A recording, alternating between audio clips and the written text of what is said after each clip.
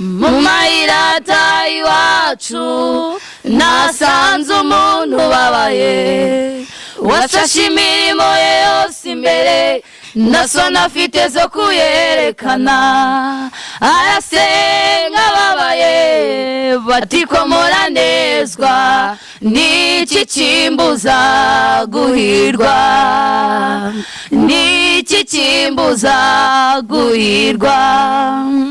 numva ijwi rimubwira riti shimwa ko byose wabyujuje ukamenya ibyo gukiranuka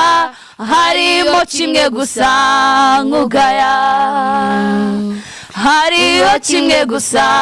nkugaya ndakugaya ko wirengagije rwa rukundo rwa mbere wananiwe kubabarira urababaye urababaye murana byinshi bimbuza gukora ubushake bwawe Mana ubushake bwawe ngambirira buri munsi gukora ibyiza ariko ibyo ngambiriye ntabwo ari ibyo nkora mu buzima bwanjye niyemeje yuko nzagukorera Mana ngeze kugupfa mu minsi nsigaje yo kubaho kwanjye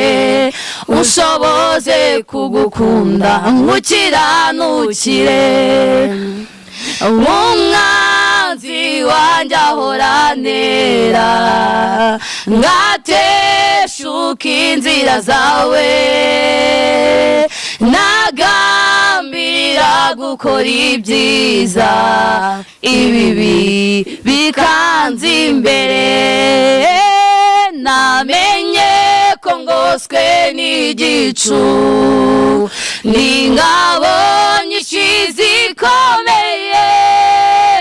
ntabwo bafite habe na gato Yesu mbereye maso ntabwo bafite habe na gato Yesu mbereye maso